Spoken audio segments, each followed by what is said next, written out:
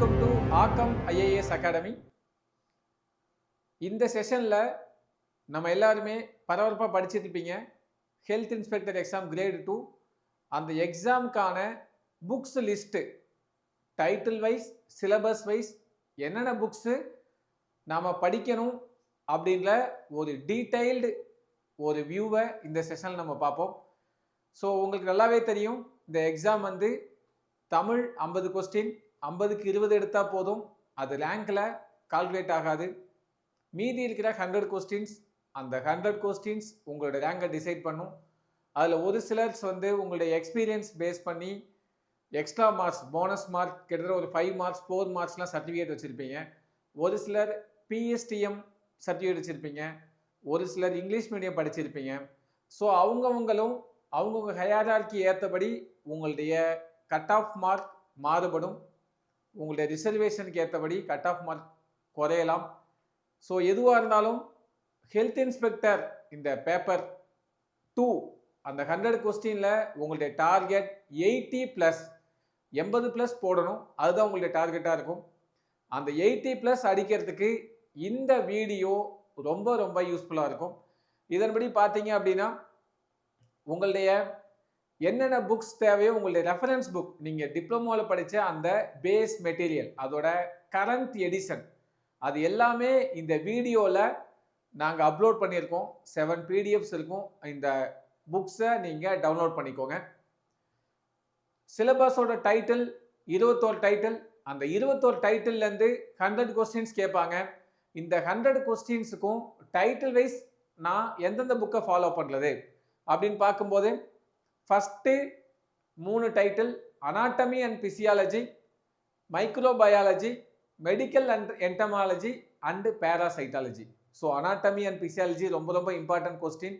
இந்த 100 கொஸ்டினில் 8 question minimum anatomy and பிசியாலஜியில் எதிர்பார்க்கலாம். அடுத்து மைக்ரோபயாலஜி, அதுதான் பேஸ். அந்த பேஸை புரிஞ்சுக்கணும் அப்படின்றதுக்காக மைக்ரோபயாலஜிலேருந்து ஒரு 8 வினாக்கள் எதிர்பார்க்கலாம். அடுத்து மெடிக்கல் என்டமாலஜி அண்டு பேராசைட்டாலஜி, இதில் கொசுக்கள், பேன்கள், பூச்சிகள், இதை பற்றி படிப்போம்.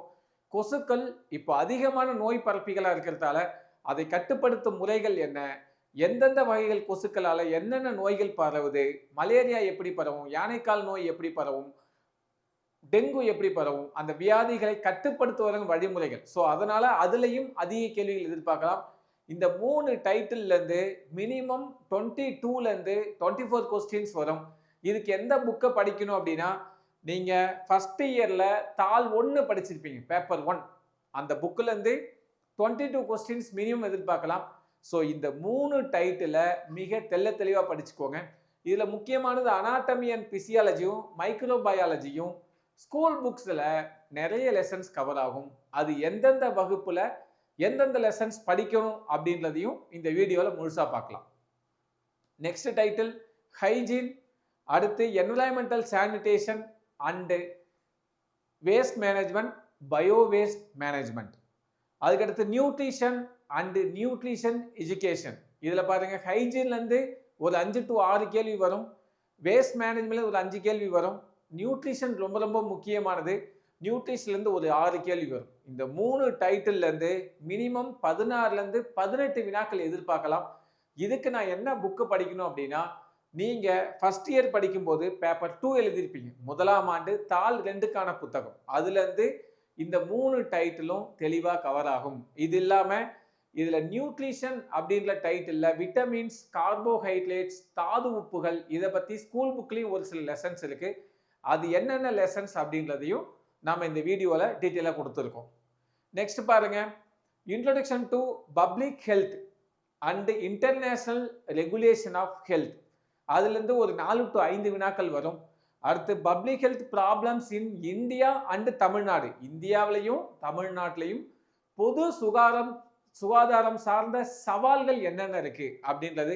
அடுத்து factors of health of individual, family, community. அடுத்து national health programs, HIV/AIDS national health mission. இதில் பார்த்தீங்கன்னா பப்ளிக் ஹெல்த் ரெகுலேஷன்ஸ் ஒரு 5 கேள்விகள் வரும். பப்ளிக் ஹெல்த் ப்ராப்ளம்ஸ் இன் இந்தியாவிலேருந்து 5 கேள்விகள் வரும். ஃபேக்டர்ஸ் ஆஃப் இண்டிவிஜுவல் ஃபேமிலி கம்யூனிட்டிலேருந்து 3 கேள்வி வரும். எய்ட்ஸ் அண்ட் நேஷனல் ஹெல்த் மிஷன்லேருந்து 3 to 4 கொஸ்டின் கேட்பாங்க. ஸோ இந்த டைட்டிலில் இந்த ஒரு புக்கில் மட்டுமே 4 டைட்டில் கவர் ஆகும். மினிமம் 15லேருந்து 16 வினாக்கள் இந்த கொஸ்டினில் இடம்பெறும். இதுக்கான புத்தகம் என்ன படிக்கணும் அப்படின்னா, முதலாம் ஆண்டில் பேப்பர் 3 எழுதியிருப்பீங்க. அந்த 3ல இது எல்லாமே கவர் ஆகும். இது இல்லாமல் பேப்பர் 3யோட இன்னொரு புத்தகம் சேர்ந்து வந்திருக்கும். அதுதான் public health act. Public health act Tamil Nadu பொது சுகாதார சட்டம். இந்த சட்டத்தில் நிறைய இம்ப்ளிமெண்டேஷன் இருக்கும். இந்த பொது சுகாதார சட்டத்தில் நிறைய பார்ட்ஸ் இருக்கும், ஷெட்யூல் இருக்கும், ஒவ்வொரு செக்ஷன்ஸ் இருக்கும். அந்த செக்ஷன்ஸும் என்னென்ன சொல்லுது அப்படின்றதால இந்த ஆக்ட் ரொம்ப ரொம்ப முக்கியம். இதுலேருந்து 5 வினாக்கள் கேட்கப்படும். இதுக்கு நீங்கள் செமஸ்டர் 3ல இன்னொரு புக் எக்ஸ்ட்ரா கொடுத்துருப்பாங்க. அதுதான் முதலாம் ஆண்டு தாள் 3ல் அடிஷ்னலாக ஒரு புத்தகம் கொடுத்துருப்பாங்க. இந்த ஆக்டுக்குனே தனியாக ஒரு புக் இருக்கும். இது அப்படியே படிச்சிட்டிங்க. மினிமம் 4 to 5 வினாக்கள் இடம்பெறும். ஸோ நெக்ஸ்ட் பாருங்க, பேப்பர் 4. பேப்பர் 3 வரைக்கும் ஃபர்ஸ்ட் இயர்ல எழுதியிருப்போம். பேப்பர் 4 செகண்ட் இயர்ல வரும். Control of communicable and non communicable diseases. தொற்றும் மற்றும் தொற்றா நோய்களை எப்படி கட்டுப்படுத்துவது? ஒரு ஹெல்த் இன்ஸ்பெக்டரோட முக்கியமான வேலை நோய்களை கட்டுப்படுத்துவது. அதனால் இதில் 7லேருந்து 8 கொஸ்டின்ஸ் வரும். ரொம்ப ரொம்ப முக்கியமான டைட்டில், ரொம்ப தெளிவாக படிச்சுக்கணும். அடுத்து basic medicine treatment and minor ailments. என்னென்ன ட்ரீட்மெண்ட்ஸ் இருக்குது, என்னென்ன மெடிசின்ஸ் இருக்குது. அடுத்து முதல் உதவி, அவசர உதவியின் போது என்ன பண்ணணும், மறுவாழ்வு அளிக்க என்ன பண்ணணும். இந்த 3 டைட்டில்ஸுமே எதில் கவர் ஆகும் அப்படின்னா, நாம் செகண்ட் இயரில் தாள் 4 எழுதியிருப்போம் பேப்பர் 4. அதில் இந்த 3 டைட்டிலும் கவர் ஆகும். இதுலேருந்து பேசிக் மெடிசன் அண்ட் ஆயில்மெண்ட்லேருந்து ஒரு 3 கேள்விகள் வரும். ஃபர்ஸ்ட் எய்ட் எமர்ஜென்சி ரீஹேபிலிட்டேஷன்லேருந்து ஒரு 3 கேள்வி வரும். மொத்தமாக ஒரு 12லேருந்து 13 வினாக்கள் இந்த தலைப்புகள்லேருந்து தேர்வுக்கு கேட்கப்படலாம். நெக்ஸ்ட் பாருங்க, நெக்ஸ்ட் வந்து செகண்ட் இயரில் பேப்பர் 5 2ஆம் ஆண்டு தாள் 5.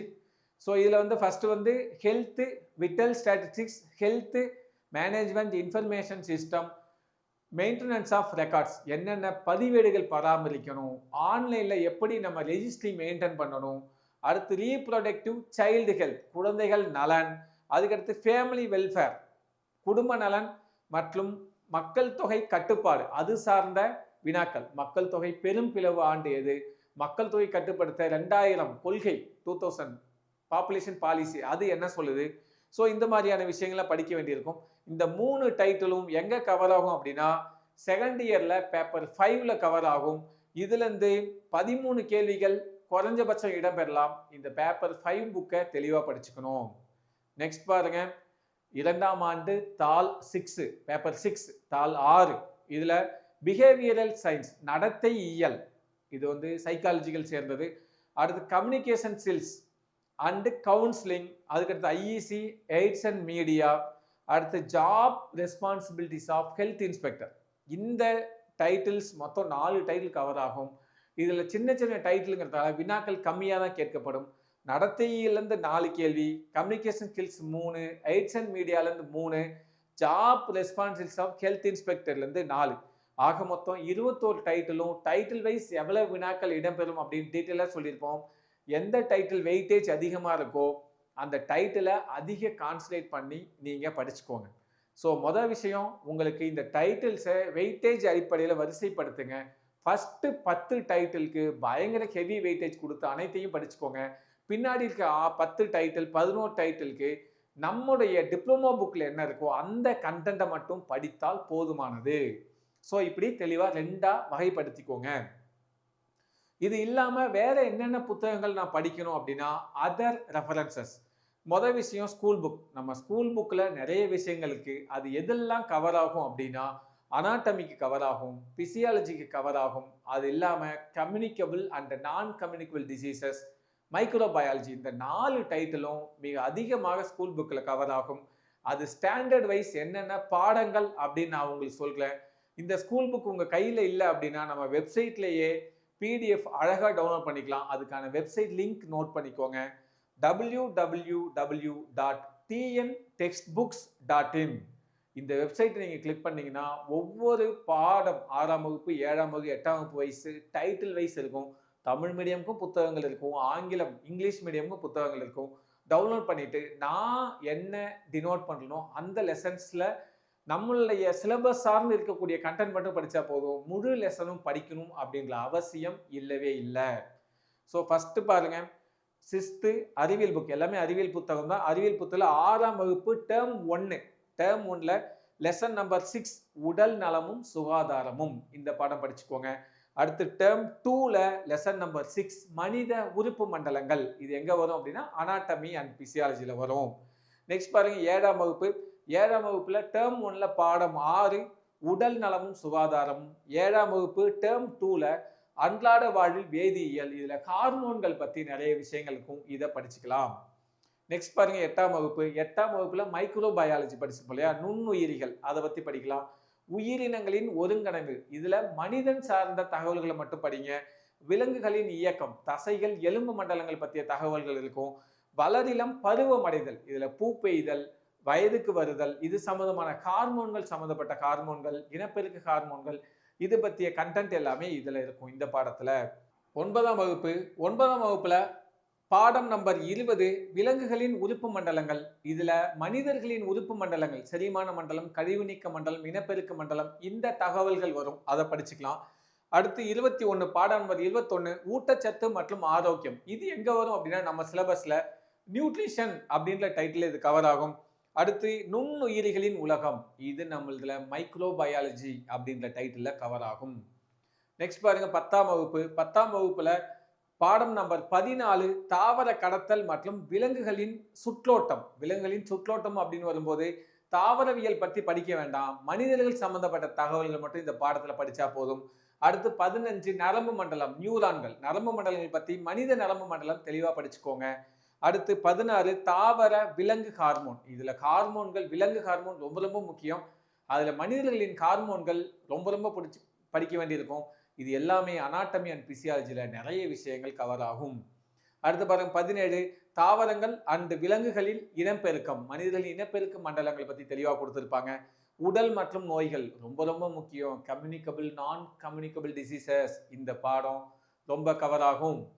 அடுத்து பாருங்க 11th பயோஸ்வாலஜி அப்படின்ற புத்தகம் வரும். அந்த புத்தகத்துல பாடம் நம்பர் 3 திசு அளவிலான கட்டமைப்பு. இந்த பாடத்துல பாக்ஸ் கண்டென்ட் மட்டும் படிங்க, பாடத்துல பெருசா எதுவும் இருக்காது, பாக்ஸ் கண்டென்ட் மட்டும் படிச்சுக்கோங்க.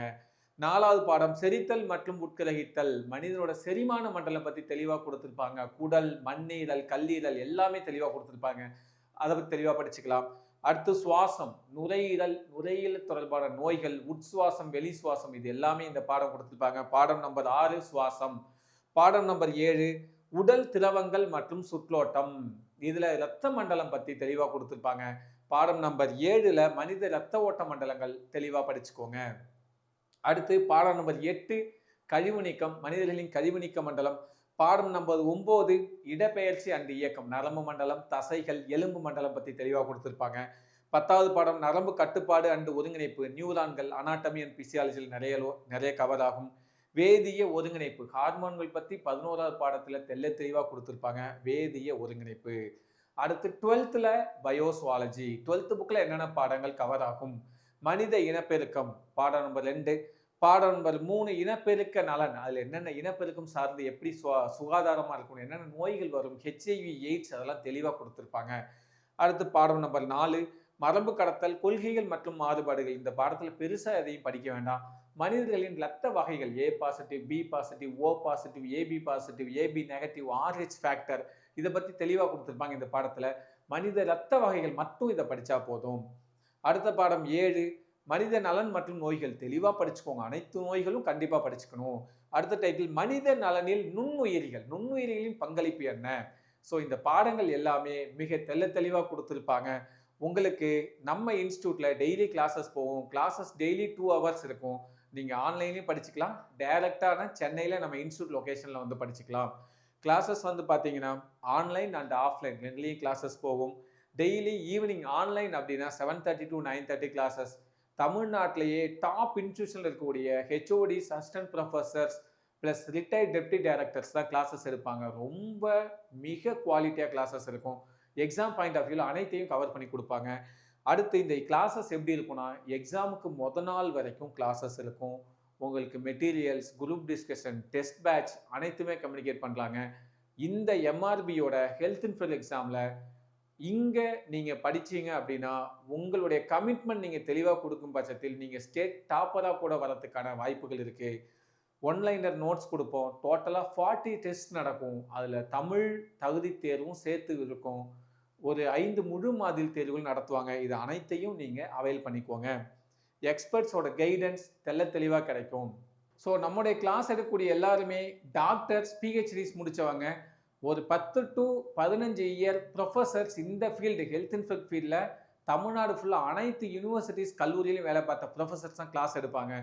இதன் அடிப்படையில் நீங்கள் இந்த எக்ஸாம் ப்ரிப்பேர் பண்ணும்போது உங்களை ப்ரிப்பரேஷனை 2ஆக பிரிச்சுக்கோங்க. ஃபஸ்ட்டு 10 டைட்டில் அதிக வினாக்கள் இடம்பெறக்கூடிய 10 டைட்டில், அதுக்கடுத்து 11 டைட்டில் மிக குறைவான வினாக்கள் இடம்பெறக்கூடியது. ஃபஸ்ட்டு 10 டைட்டிலை ஃபுல் அண்ட் ஃபுல் கவர் பண்ண பாருங்கள். அதன் அடிப்படையில் என்னென்ன டைட்டில் கவர் ஆகும் அப்படின்னா, மொதல் விஷயம் அனாட்டமி அண்ட் பிசியாலஜி, 2வது மைக்ரோபயாலஜி, 3வது மெடிக்கல் என்டமாலஜி, பேராசைட்டாலஜி. இந்த 3 டைட்டிலில் மட்டுமே மினிமம் 20+ கொஸ்டின்ஸ் கேட்பாங்க. ஸோ இதுக்கு ஃபுல் கவரேஜ் கொடுங்க. அடுத்த விஷயம் பார்த்தீங்கன்னா nutrition and education, nutritional education. அடுத்து ஹைஜீனுக்கு கொடுங்க. ஸோ நெக்ஸ்ட் நீங்கள் பார்க்கும்போது என்ன நீங்கள் கான்சன்ட்ரேட் பண்ணணும் அப்படின்னா public health problems in India and Tamil Nadu, அடுத்து தமிழ்நாடு பொது சுகாதார சட்டம் பப்ளிக் ஹெல்த் ஆக்ட் 1939, இந்த டைட்டில்ஸ் அதிக கான்சன்ட்ரேட் கொடுங்க. அதுக்கடுத்து பார்க்கும்போது நீங்கள் communicable and non communicable diseases முழுக்க ஃபுல்லாக படிச்சிருங்க. இந்த டைட்டிலை ஃபுல்லாக கவர் பண்ணிக்கோங்க.